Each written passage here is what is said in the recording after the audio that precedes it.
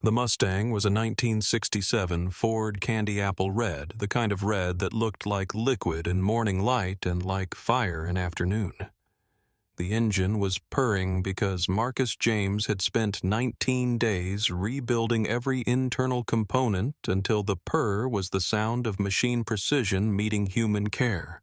The meeting producing a rhythm that only happens when the care has been meticulous, and the care has not been rushed, and the care has been the point. He was driving down Main Street in Calloway, Georgia. Population 9,400. The kind of town where everybody knew everybody's truck, and everybody knew whose lawn got cut on Thursday, and everybody knew which dog barked at which fence. The knowing was not friendly exactly. The knowing was the texture of a small town where strangers registered as movement on a radar, and where successful black men registered as a question mark that nobody quite knew how to answer. Marcus James was 58 years old. Big hands, the hands that had been built for machinery, and that had been building machinery for 30 years. He wore a work shirt with James & Sons Auto stitched above the pocket. The stitching was small and precise. The shirt was clean because he respected the shirts even on delivery days when the delivering was all that was required. His skin was dark brown. His hair was peppered with gray, going white at the temples. His eyes were steady and present, the eyes of a man who had seen things that required the steadiness and who had trained himself to keep the steadiness regardless of what arrived. He did not look like trouble. He looked like Sunday. The Mustang was not his. It belonged to Mayor Harold Cunningham, a white man of 63 with a silver gut and a reputation for handshake deals that meant something because Cunningham was the kind of man who did not break them. Cunningham had brought the car to Marcus 3 weeks ago. The car had been a ruin, seized engine, rotted brake lines, cracked dashboard, the original upholstery surrendered to time and climate and neglect. Cunningham had said, "My daddy's car. Make her sing again." And Marcus had said, "I will." The work had taken 19 days. Marcus had sourced original parts from 3 states. He had rebuilt the carburetor by hand. He had tested the electrical system until it was not functional but perfect, the specific difference that separates a repair from a restoration. He had done it right because doing it right was the only way Marcus knew to work, and the working had been the conversation between his hands and the machine, and the conversation had resulted in the purr that was now carrying him down Main Street in Calloway. He was delivering it back to the mayor's house on Ridgeline Drive, the nice side of town, the side with the trees and the sight lines and the street names that went back to the land grants. On the seat beside him was a signed work order. On the work order was a bill of sale for labor and parts, $4,200, already paid in full. Officer Dale Ricketts was parked in the shadow of a Dairy Queen billboard at the corner of Main and Clement. He was 41 years old. Thick through the neck and shoulders, the thickness of a man who had used his physical frame as authority for so long that the frame had adapted to the authority. His complexion was ruddy. His aviator sunglasses were mirrored. He measured respect in how fast a person flinched when he spoke, the flinch being the recognition, and the recognition being the acceptance, and the acceptance being the permission to continue. He clocked the Mustang. His jaw tightened. He did not recognize the car. More importantly, he did not recognize the face behind the wheel. A car like that in this town, driven by a man like that? The calculation was immediate, and the calculation was ugly. And the calculation was the filter through which Dale Ricketts evaluated every moment of every day. The car was too good. The driver was too composed. The mathematics did not add up. He pulled out. No lights yet. Just following. Just riding the bumper. The riding being the assertion, and the assertion being the warning, and the warning being the first message. Marcus felt the pull without needing to look. He had felt it before. He knew the specific quality of a stop being generated from assumption rather than observation. He knew the difference between being followed for a reason and being followed because the following was the reason. He exhaled slowly. His eyes found the cruiser in the rearview mirror. He pulled over. The radio was playing Marvin Gaye. He turned it down.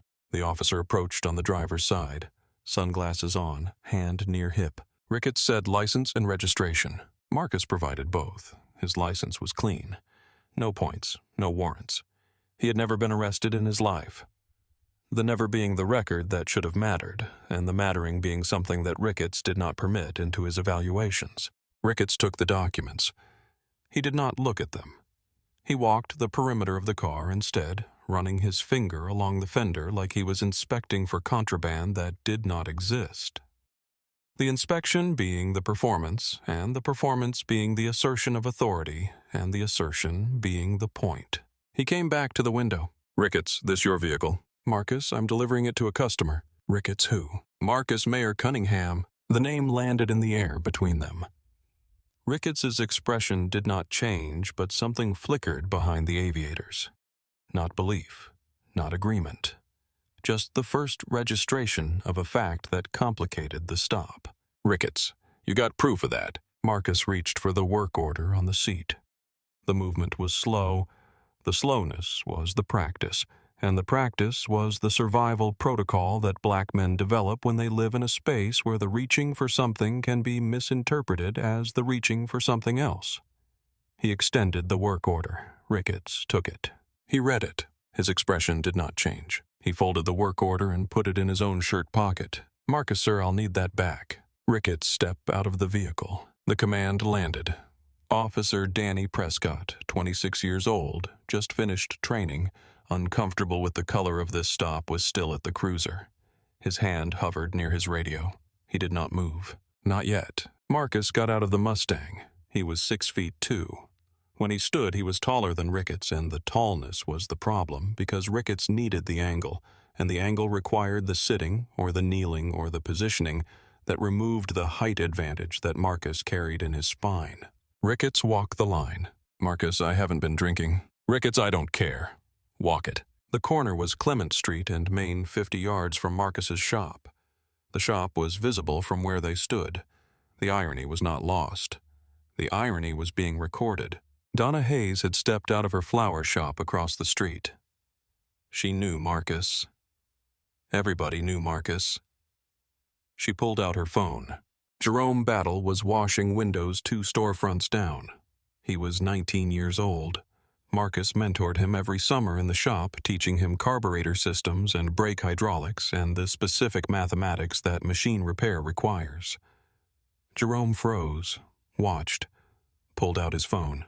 A small crowd gathered on both sidewalks. Nobody interfering, everyone recording, everyone waiting. Marcus walked the line.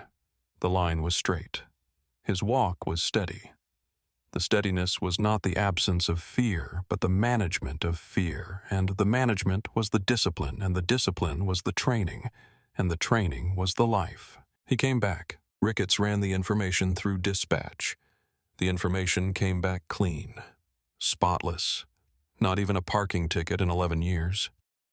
This irritated Ricketts rather than satisfying him because the clean was the problem, and the problem was the refusal to provide cause, and the refusal was the challenge, and the challenge required the escalation.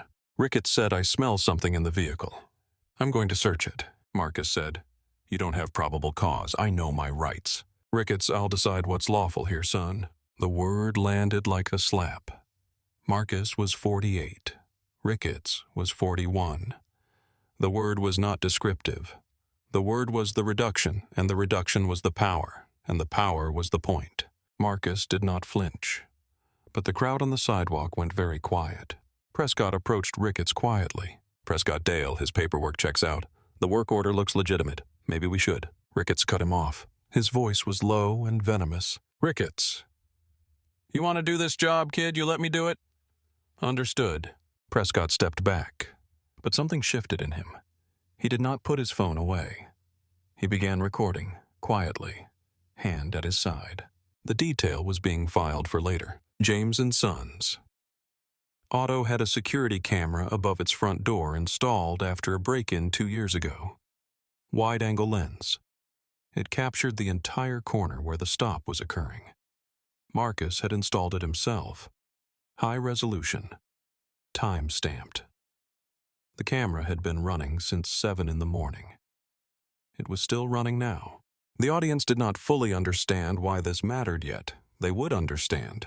Ricketts, frustrated that nothing was working, decided to escalate. He radioed in suspicious individual non-compliant, refusing to cooperate. This was a lie. Marcus had complied with every lawful request. Ricketts said, "I'm going to detain you while I verify the vehicle's status." Marcus said, "How long will that take?" Ricketts did not answer. Marcus was told to sit on the curb, in front of his own shop, in front of his neighbors, in front of the boy he mentored. He sat, head up, back straight, dignity intact. The curb was concrete. It was hard. The sun was warm on his face. The afternoon light was coming at an angle that caught the dust in the air, and Marcus could see the dust particles suspended in the light like they were important. They were not important. But he noticed them because he was filing everything. He was the evidence. His body was the evidence. His stillness was the evidence. His refusal to flinch was the evidence. He thought about his father under a car working. He thought about his father's hands moving with precision, understanding the geometry of the machine, knowing what needed to be done and how to do it without haste and without hesitation. He thought about what his father would do in this moment. His father would sit still. His father would not raise his voice. His father would not let anger become the voice. His father would remember that the people watching were the people who mattered, not the officer, not the man with the badge. The people, the community, the witnesses, they were the jury. They were the court. They were the law that mattered more than the law written in books. Jerome was visibly shaking with anger. Jerome was 19 years old, and he wanted to move. Jerome wanted to run toward him. Jerome wanted to do something. Jerome wanted to be the man who protected the older man who had protected him. Jerome's body was telling him to run. Donna Hayes, who had known Marcus for 22 years and had never seen him move to anger, put a hand on Jerome's arm. She held it firm. Donna let it play out. Marcus knows what he's doing. She did not know the specifics of what Marcus was doing. But she knew that Marcus did. She knew that he had a plan. She knew that the plan did not involve running or yelling or breaking or giving the officer what he wanted. The plan was to sit, to witness, to let the camera see, to let the people see, to let the law see everything that Ricketts was doing. Marcus sat with his back straight, and he thought about what his father had taught him about the work. Work teaches you. Work shows you who you are. Work shows you whether you're the kind of person who breaks when it gets hard, or whether you're the kind of person who sets your jaw and does what needs to be done. This was work too. This was the work of sitting still when the pressure was to move. This was the work of maintaining dignity when the other person was trying to take it from him. 41 minutes on a curb is not a short time.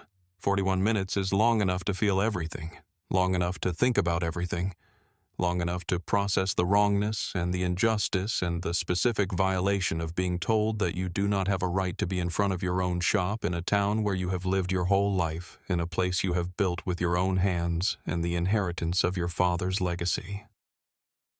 41 minutes is long enough to understand that what is happening is not about a car. It is about whether a man like him can exist without permission from a man like Ricketts. A second cruiser arrived. Officer Walt Greer, 52 years old school, a Ricketts loyalist. He surveyed the scene, nodded at Ricketts. They shared a look that said everything. Marcus, sitting on this curb, watched both officers. He was not afraid.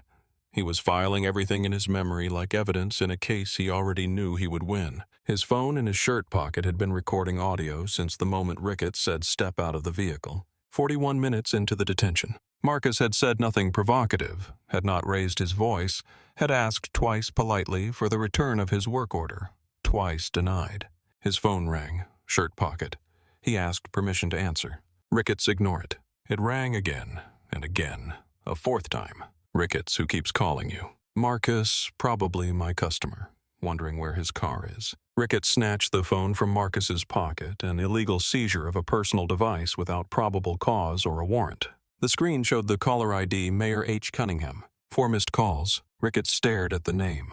For the first time, something flickered behind those aviator lenses. Not remorse, not yet. Just the first cold breeze of doubt. Greer leaned over and looked at the phone. His face went blank. Prescott from 10 feet away saw the name on the screen. He looked at Ricketts, looked at Marcus, looked at his own recording. Ricketts handed the phone back. Did not say anything about the mayor's name. Tried to keep moving. Ricketts. We're not done here. Marcus, I think we might be. Marcus finally spoke at length. His voice was level. No trembling, no rage. The steady cadence of a man who had been planning these words his whole life. Marcus, officer. I've been sitting on this curb for 41 minutes. I've shown you my license, my registration, my work order. You've run my plates, run my name, found nothing. You took a legal document from my hand and put it in your pocket. You took my phone without a warrant, and at no point, not once, have you told me what law I've broken. Pause. Marcus, I grew up 3 blocks from here. My father's name is on a plaque at the VFW Hall on 5th Street because he served 2 tours in Vietnam, while this country told him he wasn't quite good enough to drink from the same water fountain. I built my shop with my hands. I've paid taxes in this town for 20 years. And today I'm sitting on a curb in front of my own business because you don't like the car I'm driving. Pause. Marcus, you took my phone. That phone was recording. Donna Hayes across the street audibly gasped at the last line. Jerome Battle let out a slow exhale. Ricketts for the first time looked truly rattled. Greer took a step back. His body language shifted. Prescott quietly stopped his own recording, pocketed his phone. Then, in a quiet act of conscience, walked to his cruiser and began writing private notes. A white Cadillac pulled up.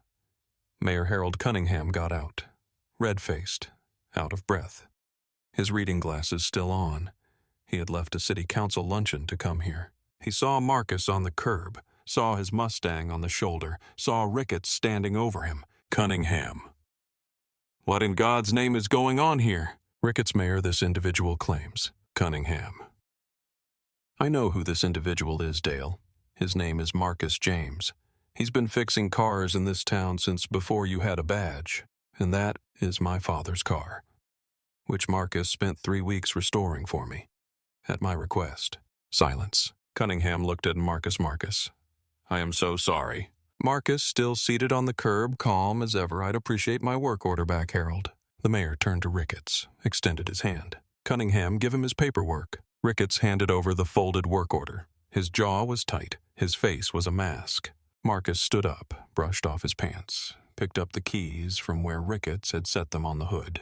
Mayor Cunningham put a hand on Marcus's shoulder and walked him to the Mustang. As they talked quietly, Ricketts watched from a distance. He already knew something was coming. He just did not know how big. The walk across the parking lot, Marcus and Cunningham took 90 seconds. Cunningham's face was the red of a man who had been taken out of a luncheon for a reason that was becoming immediately clear. Marcus's face was composed. The composure was the inheritance. Marcus's father had been a mechanic too, that same generation that had come back from war without the ticker-tape parades and had opened shops on the edges of towns that did not quite want them there. The father had taught the son, do the work. Do it right. Don't ask for permission. Don't explain. The work speaks. Marcus's father, Robert James Sr., had come to Calloway in 1967, the same year the Mustang was built. He had opened James & Sons Auto on a property that the white banks would not finance. He had gotten the money from a church loan fund. He had paid it back in 9 years. He had expanded the shop 3 times. He had hired Jerome's uncle in 1982. He had paid for Jerome's father's funeral in 1994. He had passed the shop to Marcus in 2001. Robert James Sr. was dead. Now 5 years gone, heart attack. Sudden, no warning. The kind of death that comes to men whose lives were heavy with the weight of respectability, in places that did not quite believe respect was for men who looked like them. Marcus wore his father's old watch, Seiko, stainless steel. The band was worn from 40 years of wrist time. The face still kept perfect time.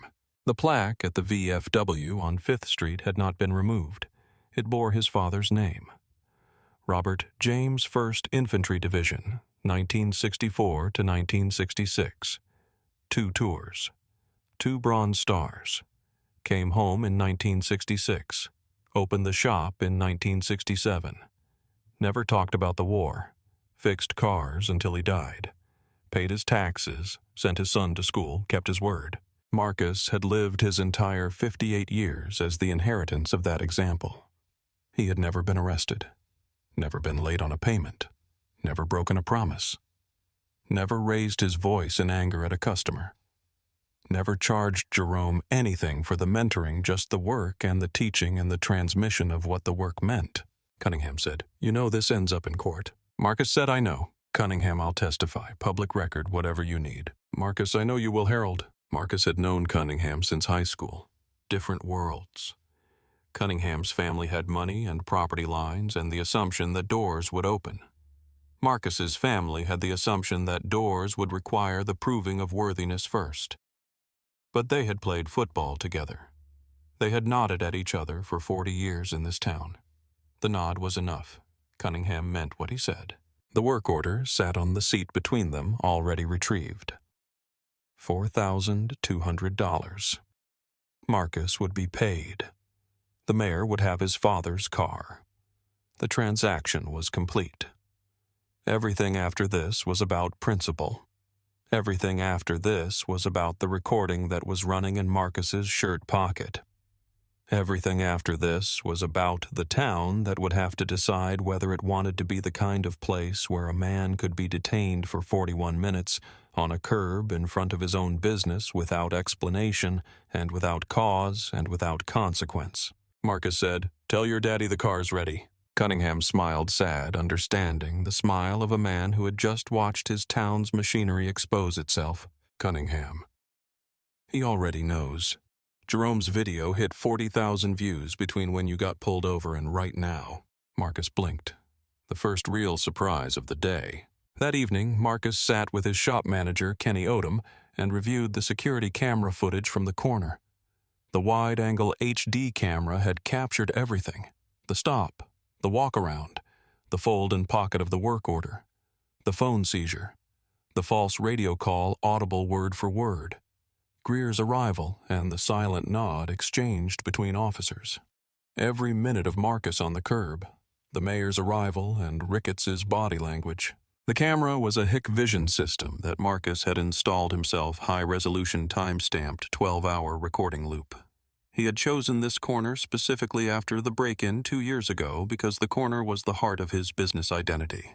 The shop sign, the pumps, the customers coming and going, the street where he had learned to work from his father. Kenny cued the footage to the exact moment of the initial stop. Timestamp. 14:23:17. 2:14 and 17 seconds in the afternoon.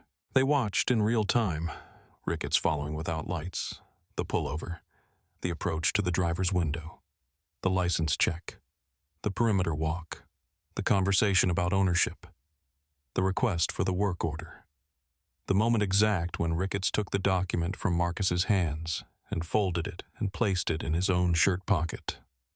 14:31:44. 8 minutes and 27 seconds. Kenny froze the frame. Ricketts' hand folded work order officer's uniform pocket. Kenny. That's seizure of personal property without warrant. Federal violation. They watched Ricketts approach the window again. The command to exit. The walk the line test, entirely baseless. No probable cause. Nothing but the officer's frustration at finding no actual violation. Ricketts' face, visible in profile, the tension in his jaw, the specific anger of a man whose prejudgment was not being validated by facts. They watched the radio call. Ricketts speaking into his shoulder mic. Suspicious individual, non-compliant, refusing to cooperate. The timestamp froze his words. Everything he said was on record. Everything he said was a lie. Marcus on the curb. The camera angle captured his straight back, his steady posture, his dignity intact. It also captured the pedestrians across the street. Donna Hayes with her phone. Jerome Battle, 19 years old, trembling with contained rage. The crowd gathering. The witnesses multiplying. Kenny Marcus, this isn't just a bad day. This is a federal civil rights violation. On camera, with a timestamp, and it's corroborated by human testimony from half your block. Marcus was quiet for a long time, watching his own image on the screen, sitting with his back straight on a curb in front of his own shop. Then call my cousin. His cousin was Angela James, 44 years old, civil rights attorney, Atlanta-based, currently ranked in the top 20 civil rights litigators in Georgia. She had made her name arguing Fourth Amendment violations. She had won 3 federal cases that had resulted in 6-figure settlements. She had a reputation for being relentless and thorough. She also never took a case unless she was certain about the law. Angela drove to Calloway the next morning. The drive was 90 minutes from Atlanta. She arrived at James & Sons Auto at 9 in the morning. She had brought her laptop and her case file folders, and her expression was what it always was, focused and clear. Marcus had coffee ready. Kenny had made sandwiches. Angela watched the footage twice. She did not take notes the first time. The second time, her fingers flew across her laptop keyboard. When she finished, she sat back. Angela, this is a textbook Fourth Amendment violation. Pretextual stop, illegal detention, illegal seizure of property, false police report, and it's on camera from every angle. Then she did something that was the beginning of Ricketts' actual problem. She pulled public records. She opened the Georgia Bureau of Investigation database. She pulled Ricketts' complaint history. 7 documented complaints. She cross-referenced them against the department's own logs. She requested discovery from the city. She began building a timeline. 3 of the dismissed complaints involved the exact same M.O. pretextual stops on men of color, fabricated suspicious behavior, property seized without warrant, the stops being dropped when witnesses appeared or when supervisors took notice, the pattern being invisible until someone looked for it. Angela created a spreadsheet. Stop 1 Edward Crawford 2 years ago, parking garage of the Botanical Garden. Ricketts claimed Crawford was loitering in a suspicious manner. Crawford's testimony, he was waiting for his wife. Witnesses, his wife, 2 other people in the garage. Charges dropped.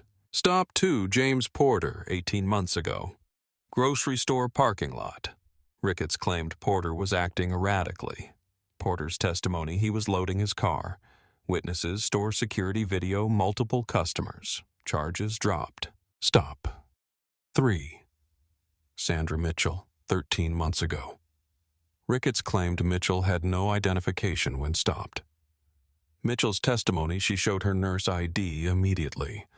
Witnesses, her phone showed it was in her back pocket the whole time. Charges dropped. Now Marcus James. The pattern became a crime wave. Angela printed the spreadsheet, included the camera footage with timestamps, added Prescott's notes. She then went to see Chief Beverly Okafor. Okafor was a black woman, 54 years old, tough fare, and she had been waiting for this moment for 18 months. She had suspected Ricketts for longer than that. She had filed 3 internal complaints. She had requested IA investigations. She had butted against the union wall repeatedly. The union protected officers. The law protected officers. The only thing that broke the wall was evidence. Angela sat in Okafor's office and opened the laptop. She walked through the footage, the stop, the walk, the pocket, the curb, the false radio call, the mayor's arrival, everything. Then she walked through the spreadsheet. The pattern, the 3 prior stops, the identical M.O., the deliberate targeting. Okafor watched without speaking. When Angela finished, there was silence. Okafor's expression throughout was controlled fury. Professional, devastating. Okafor. I've been trying to build a case against Ricketts for a year and a half. The union blocks every move. The department protects him. His supervisors look the other way. What Marcus has given me tonight is what I needed to move past all of that. She took the spreadsheet. She took the footage. She took Prescott's notes. Okafor. How quickly can you be ready for federal court? Angela, depends. You doing internal first or going straight to federal? Okafor, both. Internal discipline and federal investigation. I want this sealed tight enough that the union can't wriggle. That evening, Okafor typed out the suspension order with her own hands. She did not delegate this to HR. She signed it herself. Immediate administrative suspension without pay. Dale Ricketts, Walt Greer, effective immediately. The union rep called within 2 hours. Okafor picked up on the first ring. Her voice was the voice of a woman who had decided. Okafor, tell them to get lawyers. Good ones. They're going to need them. The union rep called. Okafor was brief. Okafor, tell them to get lawyers. Good ones. Within 24 hours, Calloway knew. In a town of 9,400 word travels faster than the internet. Donna Hayes printed every frame from Marcus's security camera that showed the moment Ricketts folded and pocketed the work order. She printed them at glossy photo size. She arranged them in a grid in her flower shop window like an exhibit at a gallery. The title in white letters on black cardboard timeline. 18 minutes, 2 seconds. The theft of a document. The theft of dignity. She changed the window daily, showing different moments. The approach, the confrontation, the curb, the waiting. She said nothing. The images spoke. Jerome Battle posted the phone video he had recorded the crowd on both sidewalks. The curb where Marcus sat, his back straight. His bearing dignified the officers standing over him that hit 40,000 views by midnight. Comments flooded in from every state. Marcus James became a name. The moment became a symbol. The barbershop on Clement Street, 3 doors down from the stop, became an informal courthouse. The owner, Gerald Washington, a man of 71, had owned the barbershop since 1984. He had inherited the chair from his father. He had inherited the clippers from his father. He had lived through the civil rights era as a young man. He had marched in demonstrations. He had been hit with a fire hose in 1963. He had watched progress happen, watched the laws change, watched the walls come down. And then he had watched progress stall. He had watched the walls rebuild themselves, quieter, less obvious, but no less real. He had watched Dale Ricketts work the beat for 8 years. He had watched Ricketts profile people who looked like they did not belong. He had watched Ricketts move through town with the authority of a man who believed that a badge gave him permission to make assumptions. Gerald had said nothing publicly. He had filed it away. He had waited for the moment when the law would finally see what he was seeing.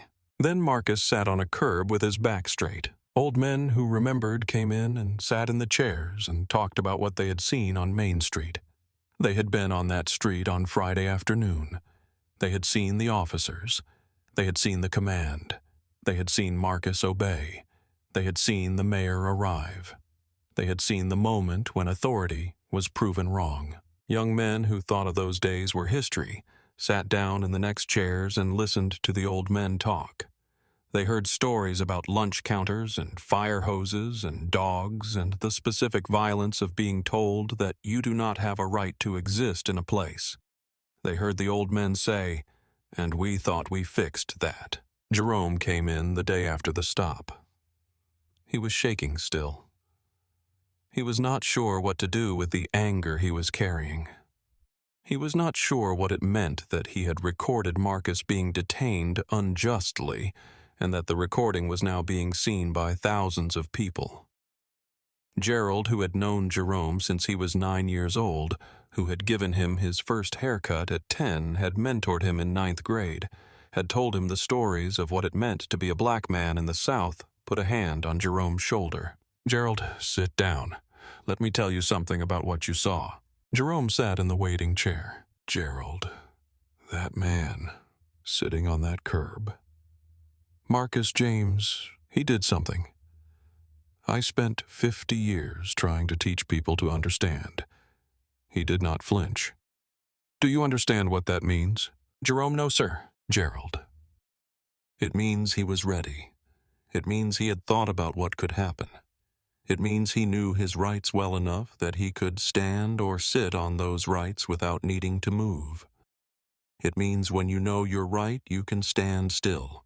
You don't need to run. You don't need to hide. You don't need to get angry and violent. You stand there. You let them make their mistake. You let them reveal themselves. Jerome said, but he was detained. He was sitting on a curb for 41 minutes. Gerald, yes, and Jerome. And it was wrong. Gerald. Yes. And he knew that. And he did not let that wrongness break him. That's what you saw. You saw a man who refused to break. Jerome understood, not completely, but he understood enough. Gerald gave Jerome his haircut for free that day. He gave him all of his haircuts for the rest of that year. He said, "This one's on me. You've got work to do, and you're going to need a clear head." A local pastor, Reverend James Washington, no relation to Gerald, though the name was common, delivered a Sunday sermon about dignity. He did not quote the Bible for 30 minutes. Instead, he stood in his pulpit and told the story. A man driving a car. An officer making an assumption. The man sitting on a curb for 41 minutes with his back straight. The prayer, he said, was not for the man on the curb. The prayer was that the officer would see what was standing in front of him. The prayer was that the town would remember that respect is not something a badge gives you. It is something you have to choose to extend. The union attorney fought hard. Routine stopped the argument went. Officer had legitimate concerns about an expensive vehicle driven by a driver of the officer's own assessment. Officer discretion, reasonable grounds for investigation, standard procedure. Angela James filed in federal district court Fourth Amendment violation. Unlawful detention, illegal seizure of personal property, false official report, intentional infliction of emotional distress. The filing included the security camera footage time-stamped. The filing included Prescott's written statement voluntarily provided. The filing included the spreadsheet of Ricketts's prior complaints, showing pattern and practice. The filing included the specific language Ricketts had used on the radio and the inaccuracy of every word of it. The district attorney's office held a meeting. They watched the footage. They reviewed the law. They looked at the prior complaints. They read the filing. The assistant DA stood up. The assistant D.A. We cannot defend this. There is no lawful basis for this stop. There is clear evidence of Fourth Amendment violation. And there is evidence of pattern. The city's best interest is settlement, not trial. The DA's office issued a statement. The city of Calloway will not defend Officer Dale Ricketts in this matter. Greer, facing his own suspension and the reality of his complicity, requested a meeting with Angela James. He came alone. No union rep, just him. He sat in Angela's office and said, "I followed Ricketts that day because he was my supervisor. I knew it was wrong. I did it anyway.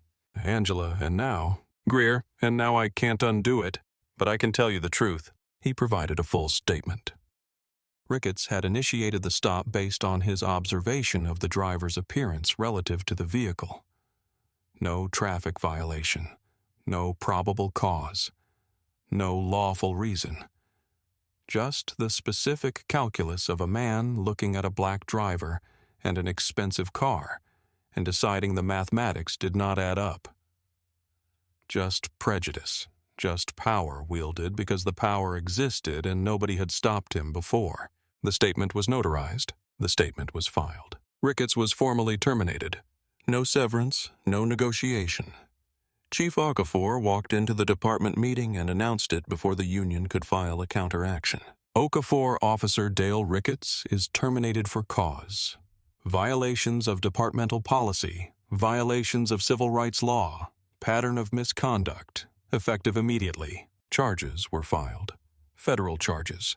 Fourth Amendment violations, false official report, conspiracy. The charges carried potential prison time. Greer received a last-chance agreement, reassignment to desk duty, mandatory retraining, a note in his file that would follow him for the rest of his career. He accepted because the alternative was federal charges. He would retire quietly 18 months later. Ricketts's case proceeded to trial. The federal trial took 6 weeks. It was held in the U.S. District Court for the Northern District of Georgia. The judge was Helen Torres. The courtroom was full every day. The community showed up. Jerome showed up with his recording. Donna Hayes showed up with prints of the security footage. Gerald Washington came on the first day. He sat in the back row and did not speak and did not move. The prosecution opened by showing the jury the security footage. Not in pieces, the whole thing from beginning to end. 41 minutes of video. The jury watched Marcus arrive in the Mustang. They watched Ricketts follow. They watched the pullover. They watched everything that happened unedited, uncomplicated. Angela James said, "What you are about to see is what the Constitution is about. An officer, a citizen, the law. Watch what happens when the law is forgotten." The footage played. The jury watched Ricketts's face. They watched his hand come out and take the work order. They watched him fold it and pocket it. They watched him return to the window and ask if the vehicle was Marcus's. They watched Marcus answer truthfully. They watched Ricketts's escalation despite finding no violation, no probable cause, nothing but his own assumption. The jury watched Marcus walk the line. They watched him return. They watched him sit on the curb. They watched 41 minutes pass. When the footage ended, the jury looked at Ricketts in the defense table with a new clarity. One of the jurors, a woman in her 60s, had her arms crossed. Her expression was set. The prosecution presented Marcus. Marcus took the stand and described his experience. He was calm and precise. He described the stop. He described the false impression that Ricketts had created. He described sitting on the curb thinking about his father. He described the moment when he knew that everything was being recorded. He described never being told what he had done wrong. He said, "I knew my rights because I had to know my rights. I had to know them the way a black man in the South has to know them to protect myself from people like Officer Ricketts who use the badge as if it were permission to do anything." The defense attorney cross-examined him harshly. Marcus did not blink. The prosecution presented Officer Danny Prescott. Prescott described what he had seen.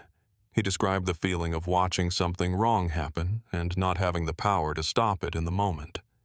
He described documenting it secretly because his conscience required him to. He described handing his notes to Angela James because it was the right thing to do.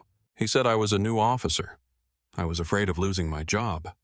But I was more afraid of being the kind of person who witnesses injustice and says nothing." The prosecution presented Walt Greer.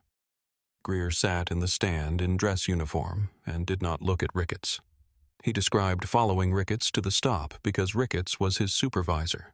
He described knowing immediately that the stop had no legal basis. He described choosing to follow orders anyway. He described watching the security footage afterward and realizing the full extent of what Ricketts had done. He said, "I was wrong. I followed an officer who was violating the law. I should have intervened. I did not.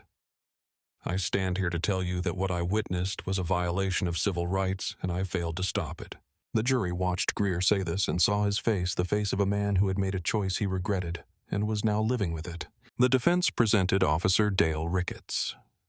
Ricketts took the stand in dress uniform. He testified that he was conducting a routine investigatory stop. He testified that the vehicle seemed inconsistent with the driver. He testified that he had legitimate concerns about whether the vehicle was stolen. He said, "I had every reason to investigate further. My experience told me something was not right." Angela James stood for cross-examination. She moved slowly. She was precise. "Angela, Officer Ricketts, did you check the VIN database to verify whether the vehicle was stolen?" "Ricketts number." "Angela." "Why not?" "Ricketts." The situation did not require it at that point. "Angela, did you check the registration records to see if the vehicle had been reported stolen?" "Ricketts number." "Angela, Did you detect any odor of drugs or alcohol during your interaction with Mr. James? Ricketts number. Angela. Did Mr. James make any threatening statements toward you? Ricketts number. Angela, did Mr. James refuse to comply with your lawful requests? Ricketts. He questioned my authority. Angela, did he comply with your requests? Ricketts, yes. Angela, did you observe any traffic violation when Mr. James was driving the Mustang? Ricketts number. Angela. So, Officer Ricketts, let me summarize. You observed no traffic violation. You detected no criminal activity. Mr. James provided valid identification. His documentation was legitimate. He complied with every request you made. And yet, based on nothing but your perception of the driver's appearance relative to the vehicle, you detained him on a curb for 41 minutes. Is that correct? Ricketts, I was conducting an investigation. Angela, an investigation into what? What crime did you believe had been committed? Ricketts did not answer. Angela, there is no crime, is there, Officer Ricketts? There was never a crime. The jury convicted Ricketts on all counts: Fourth Amendment violation, false official report, conspiracy to deprive of civil rights. The sentencing hearing came 3 weeks later. The courtroom was again full. Marcus was there.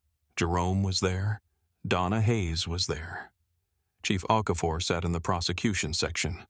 Gerald Washington sat in the back row. The community had come to witness the end of the trial. The judge, a woman of 62 named Helen Torres, who had been on the bench for 21 years and had seen the patterns of power corrode and rebuild themselves across decades, reviewed the evidence in full. She read Prescott's testimony. She read Greer's statement. She reviewed Ricketts's personnel file, which Chief Okafor had provided in its complete and damning entirety. 7 prior complaints. 5 involving detentions of people of color. 3 involving the exact same pretextual pattern: seizures without warrant, false reports without consequence, a specific calculus of prejudice combined with authority and never checked, never held accountable, never stopped. She reviewed the victim impact statements. Edward Crawford wrote, "I was detained for 2 hours without cause. I lost my job because I was late. I lost my apartment because I could not pay rent without the job. I am rebuilding my life." Walt Greer's admission of guilt helped me understand that it was not something I had done wrong. It was something a man with a badge had done wrong. That understanding saved my life. James Porter wrote, "I have not trusted law enforcement since that day. My children have not trusted law enforcement." The documentation that Officer Ricketts made up about my conduct, it proved that the system cannot be trusted to police itself. I am grateful that this case forced the system to see what I have always known. Sandra Mitchell wrote, "I am a nurse. I work in emergency medicine. I save lives. But I could not save myself from being treated like a criminal by a man who had already decided I was guilty based on how I look. The fact that there is a federal case about what happened to me, this is not my victory. This is a failure of the system that was supposed to protect me." Judge Torres said, "I have reviewed this case thoroughly. I have reviewed Officer Ricketts's conduct. I have reviewed the evidence against him. I have reviewed the prior complaints that were never prosecuted, never held to account, that allowed this officer to continue his pattern of abuse." She paused. "Judge Torres, Officer Ricketts, you were entrusted with authority. You were given a badge and a gun and the power to detain people. You violated that trust repeatedly. You violated the constitutional rights of citizens, multiple citizens, based on nothing but your own prejudice. You filed false police reports. You attempted to cover your violations with lies. And you did this not once, not twice, but at least 7 times that we can document." She looked directly at Ricketts. "Judge Torres, the Fourth Amendment exists because the framers understood that power without accountability corrupts everything. You are the corruption they warned against." She sentenced him to 3 years in federal prison. She ordered him to pay full restitution to Marcus James in the amount of $12,000. She ordered him to pay restitution to Edward Crawford, James Porter, and Sandra Mitchell. She revoked his law enforcement certification permanently. She issued an order that Ricketts would never be eligible for recertification in any state. She prohibited him from working in any law enforcement capacity for the remainder of his life. She said, "You will serve your 3 years in federal custody. You will understand each day what it means to have your freedom constrained by someone else's power.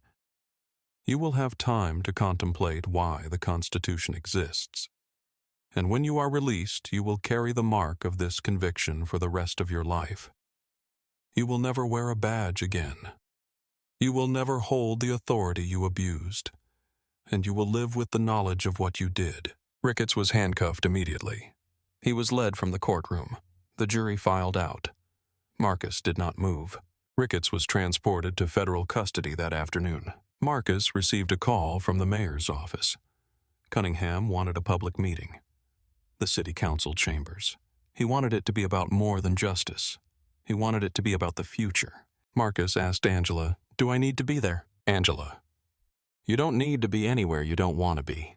Marcus thought about Jerome, about Donna, about his father's shop, about the plaque at the VFW on 5th Street. He thought about his father coming back from a war nobody honored and opening a shop in a town that did not quite respect him and doing the work anyway. "Marcus, I'll be there." City council chambers. Packed. Standing room only. Every seat taken. People in the doorway. People outside with the windows open.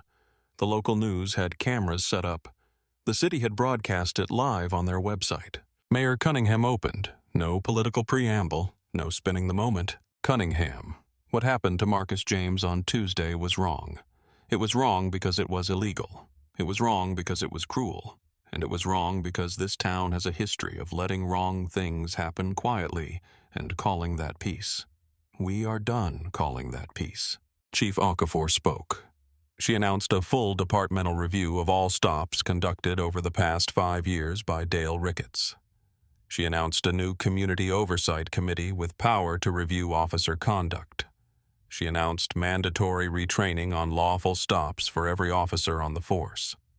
She announced that Officer Danny Prescott, for his moral courage in documenting the stop and providing evidence that allowed the truth to be told, would receive an official commendation and a promotion to detective. She said conscience matters. When you see something wrong, you have an obligation to act. Officer Prescott acted. He is the kind of officer we want. When Cunningham called for further remarks, he looked at Marcus. "Cunningham, Marcus, is there anything you'd like to say?" Marcus stood. No notes, no anger, no prepared speech. The same stillness he carried on that curb. The same calm he had maintained for 41 minutes when a man with authority tried to make him small. "Marcus, my daddy used to say, don't argue with a man who doesn't respect you. Let the truth do that work. I sat on a curb for 41 minutes, and I let the truth do its work." Pause. The room was completely silent. "Marcus, I grew up watching my father fix cars in this town. He came back from a war that his country did not honor, and he opened a shop on a lot that the banks would not finance, and he fixed cars until he died. He paid his taxes. He kept his promises. He did not ask for much. He asked to do his work and be left alone to do it with respect."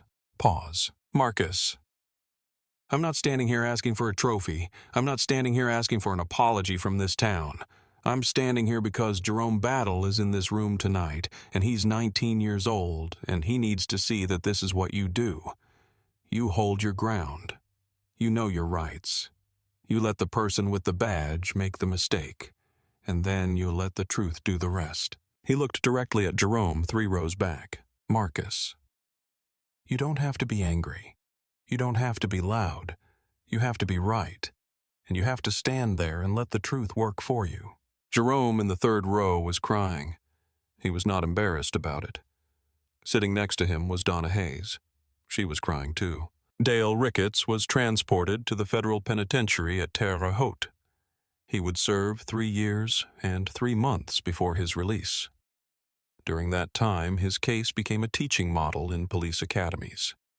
The case was called State versus Ricketts. The lesson was about the consequences of prejudice combined with authority. The lesson was about what happens when you stop looking at the person in front of you and start looking only at your own assumptions. Walt Greer served 6 more years on desk duty. He never returned to street patrol. He retired quietly at age 58 with a full pension and the specific knowledge that he had chosen complicity over conscience.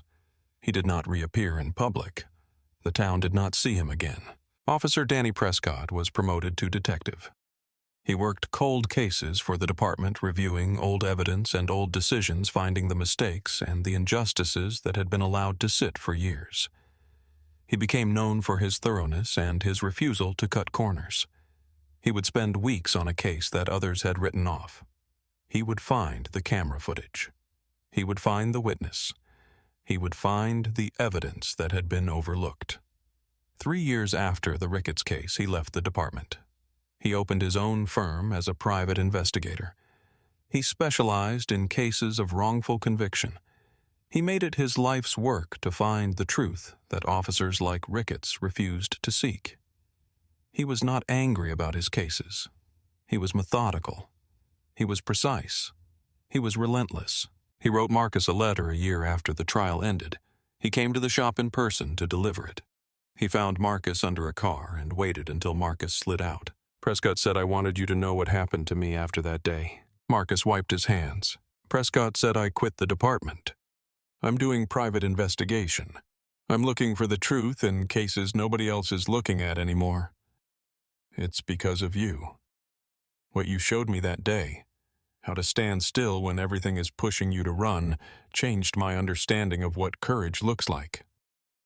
And I couldn't go back to being someone who didn't understand that anymore." He handed Marcus the letter. The letter said, "Thank you." Marcus kept it in his desk drawer next to his father's watch and his divorce papers and the thank you note from Jerome.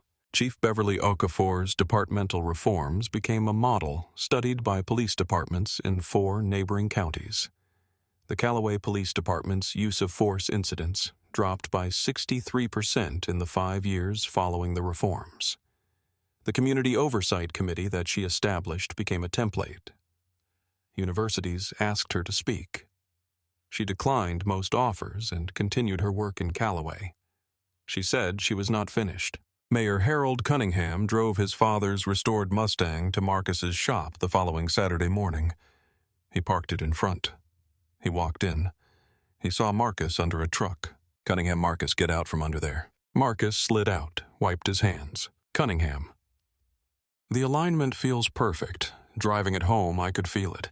That's not a coincidence. That's skill." He handed Marcus a check. It was 4 times the original fee. "Cunningham." "That's a bonus. That's me. And that's the city apologizing." Marcus looked at the check, folded it carefully, placed it on his tool bench. "Marcus Harold. I wasn't doing this for money."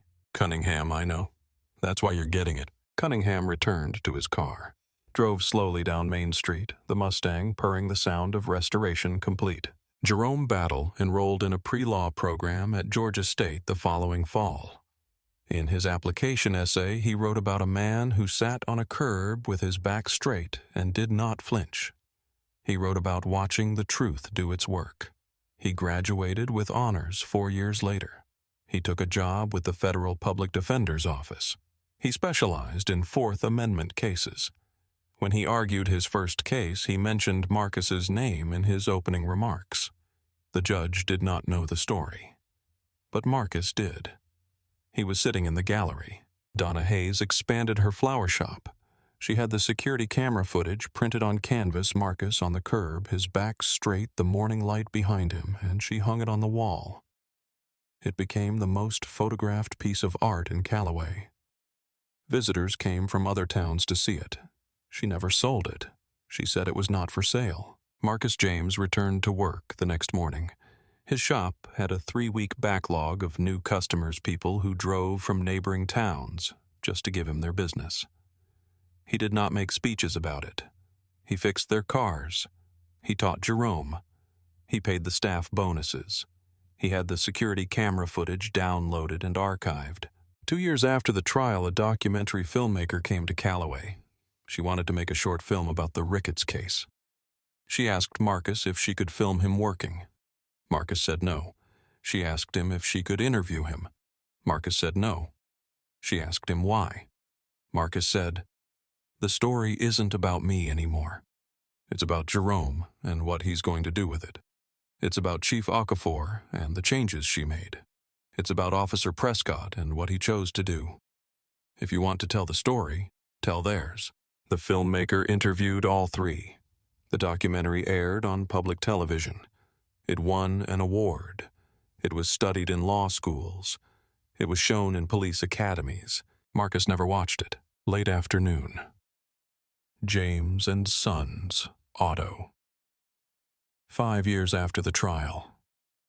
Marcus was under a pickup truck, wrench in hand. The radio was playing. Marvin Gaye, again the same song he had been listening to the day of the stop, the song that had been playing when Ricketts pulled him over. Marcus had not changed the radio station in 5 years. He said it was because he liked the song. Kenny said it was because Marcus liked the ritual. Marcus did not argue. The corner of Main and Clement was visible through the open bay door. The street was busier now. More people came to the shop. People drove from other towns. People came specifically to see where it had happened. The security camera above the front door caught the golden hour light the same way it had on that afternoon 5 years ago.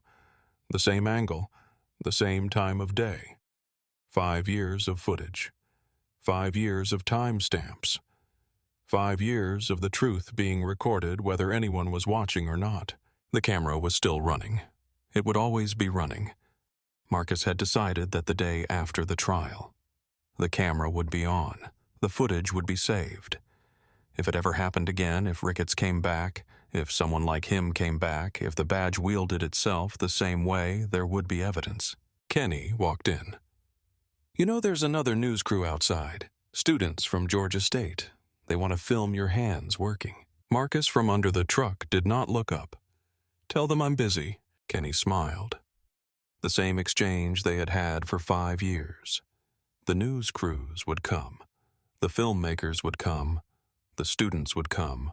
The tourists would come, all wanting to talk about the moment, all wanting Marcus to narrate it, all wanting him to be the story. Marcus would keep working. Kenny walked out. The camera kept running. Marcus did not need a headline. He did not need a protest. He did not need his story told and retold and broadcast on every screen until the moment lost its meaning. He had needed 41 minutes that he had already lived. He had needed a timestamp that could not be disputed. He had needed the truth, and the truth was all he had ever needed. His father had taught him this. Work is the witness. The hands are the witness. The precision is the witness. The refusal to break is the witness. In a town that had been quiet too long, the truth turned out to be louder than anything else in Calloway, Georgia. Not because Marcus made it loud, not because he shouted, but because he had stood still, because he had refused to run, because he had let the camera do its work and the truth do its work and the law do its work. The badge does not make you the law. The uniform does not make you right. The authority does not make you correct. And some men, the kind built slow and steady by honest work and honest living, and the refusal to break or bend or compromise the center they were built around, they know the difference. They have always known. They will always know.